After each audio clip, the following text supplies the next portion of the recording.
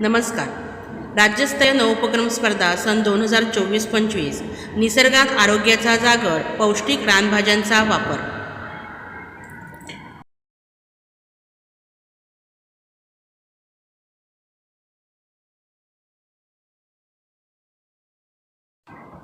नवोपक्रम राबवत असताना शाळेच्या नोटीस वहीमार्फत इतर वर्गातील विद्यार्थ्यांना दिनांक 13 जुलै 2024 रोजी पाककलेचे स्टॉल मांडले जाणार आहेत, तरी सर्वांनी खाऊ खाण्यासाठी पैसे आणावेत असे आवाहन करण्यात आले. रानभाज्यांविषयी जनजागृती करताना चित्रकला स्पर्धा राबवण्यात आली. यासाठी लागणारे साहित्य विद्यार्थ्यांनी स्वतःच आणले. रानभाज्या पाककला स्पर्धेसाठी लागणारे साहित्य विद्यार्थी व पालकांनी स्वतःच आणले. शाळेत विद्यार्थ्यांना स्टॉल उपलब्ध करून देण्यात आले. या स्पर्धेमध्ये क्रमांक प्राप्त विद्यार्थ्यांना शाळेचे माजी पर्यवेक्षक श्री नारायण माने यांनी बक्षीस म्हणून स्टीलचे खाऊचे डबे उपलब्ध करून दिले.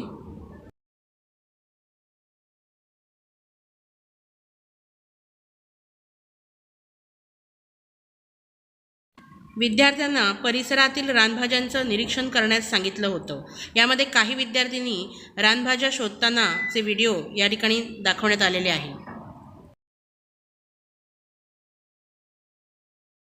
सँडविच बनवताना केलेल्या कृती या ठिकाणी व्हिडिओत दाखवण्यात आलेल्या आहेत.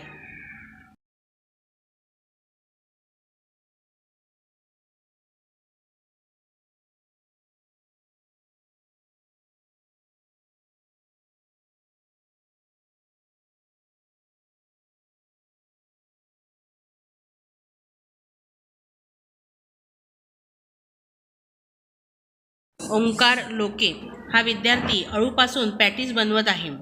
या विद्यार्थ्याने बनवलेले पॅटीस सर्वच्या सर्व विक्री झालेले होते. उत्कृष्ट असे पॅटीस या विद्यार्थ्याने बनवलेले होते.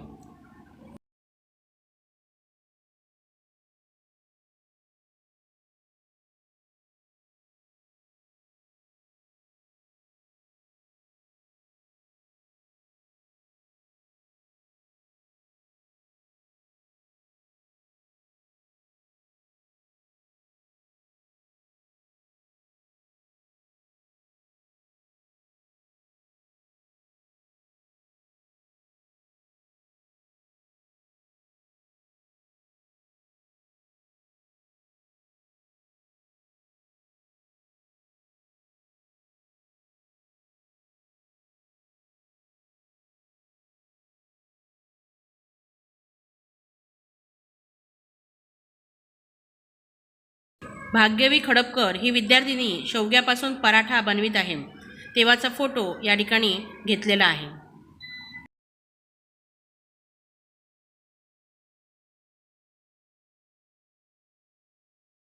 दिनांक 13 जुलै 2024 रोजी प्रत्यक्ष विद्यार्थी पालकांनी बनविलेल्या रानभाज्या पाककला स्पर्धेत शाळेत मांडल्या गेल्या. या उपक्रमास पालक व विद्यार्थ्यांचा उत्तम प्रतिसाद मिळाला. तयार पदार्थांची विद्यार्थ्यांनी विक्री केल्यामुळे व्यवहार ज्ञानाचे धडेही विद्यार्थ्यांना मिळाले. इतर पालक विद्यार्थ्यांनीही पदार्थ विकत घेऊन रानभाज्या खाल्ल्या. हेतू सफल झाला.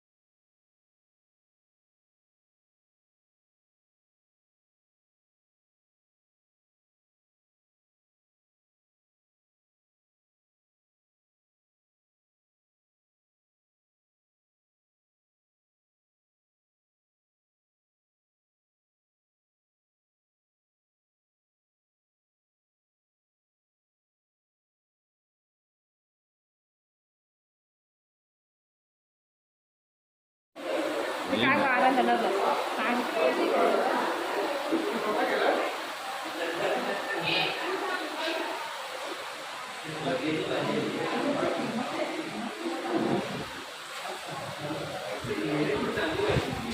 सौ विद्या माणगावकर, चलिका देवगड नागरी पतसंस्था आणि सौ अनुश्री पारकर, सदस्य लोकल काउन्सिल देवगड यांनी काम पाहिलं. प्रथम 3 क्रमांक आणि उत्तेजनार्थ 3 क्रमांक काढले गेले.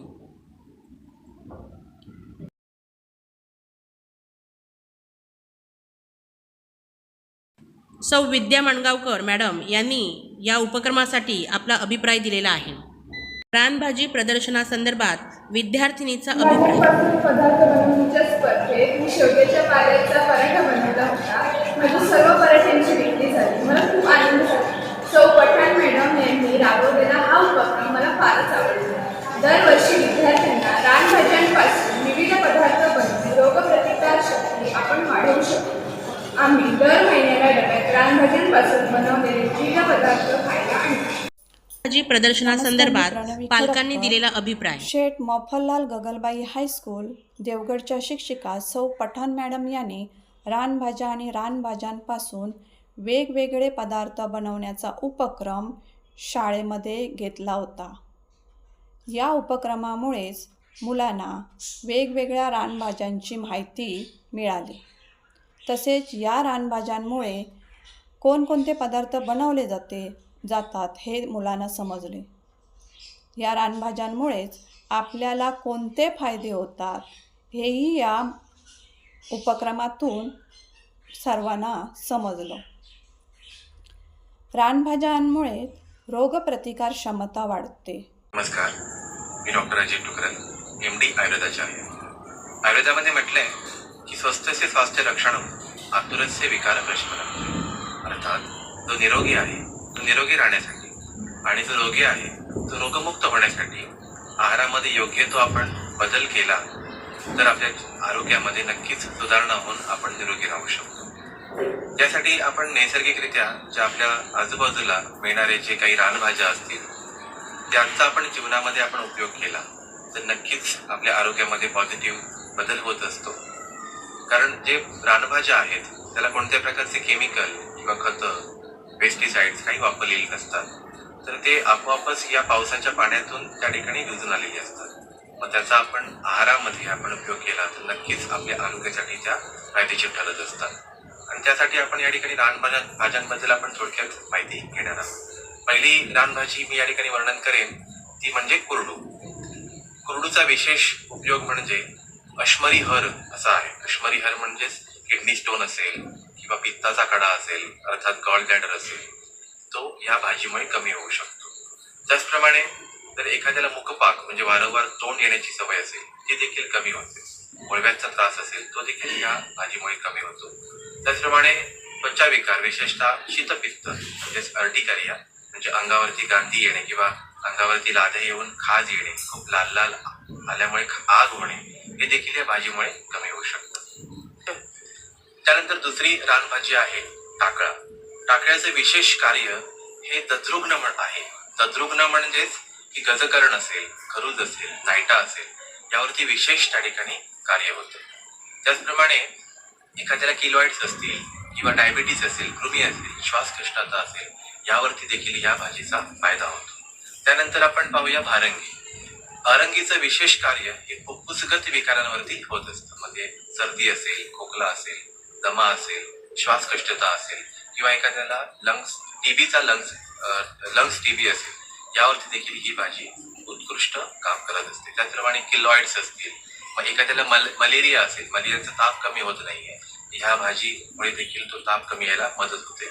रानभाज्या वर्षभर उपलब्ध होतील यासाठी ज्या ठिकाणी रानभाज्या वाळविण्याची व साठविण्याची प्रक्रिया चालते त्या क्षेत्राला दहिबाव ओगळे फॅक्टरीला प्रत्यक्ष विद्यार्थ्यांची भेट घडवून आणली गेली.